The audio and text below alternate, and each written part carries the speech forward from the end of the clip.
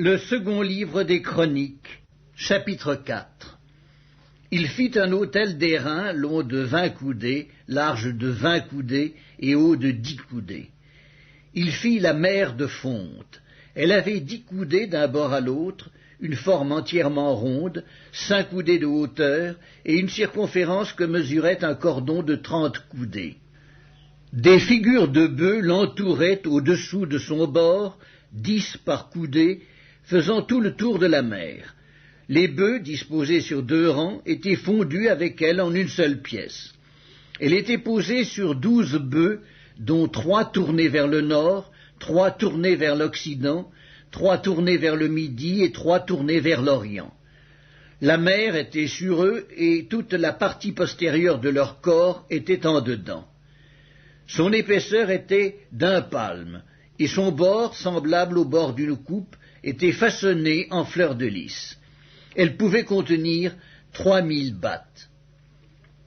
Il fit 10 bassins, et il en plaça 5 à droite et 5 à gauche, pour qu'ils servissent aux purifications. On y lavait les diverses parties des holocaustes. La mer était destinée aux ablutions des sacrificateurs. Il fit 10 chandeliers d'or, selon l'ordonnance qui les concernait, et il les plaça dans le temple, 5 à droite et 5 à gauche.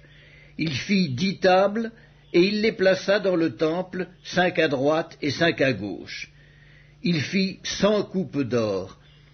Il fit le parvis des sacrificateurs et le grand parvis avec ses portes, dont il couvrit d'airain les battants. Il plaça la mer du côté droit au sud-est.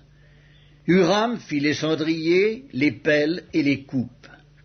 Ainsi Huram acheva l'ouvrage que le roi Salomon lui fit faire pour la maison de Dieu. 2 colonnes avec les 2 chapiteaux et leurs bourrelets sur le sommet des colonnes, les 2 treillis pour couvrir les 2 bourrelets des chapiteaux sur le sommet des colonnes, les 400 grenades pour les 2 treillis, 2 rangées de grenades par treillis pour couvrir les 2 bourrelets des chapiteaux sur le sommet des colonnes, les 10 bases et les 10 bassins sur les bases, la mer et les 12 bœufs sous elle, les cendriers, les pelles et les fourchettes.